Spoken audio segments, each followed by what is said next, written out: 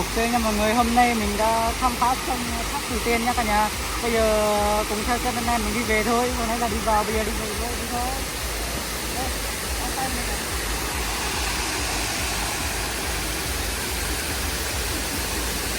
Đó là không à?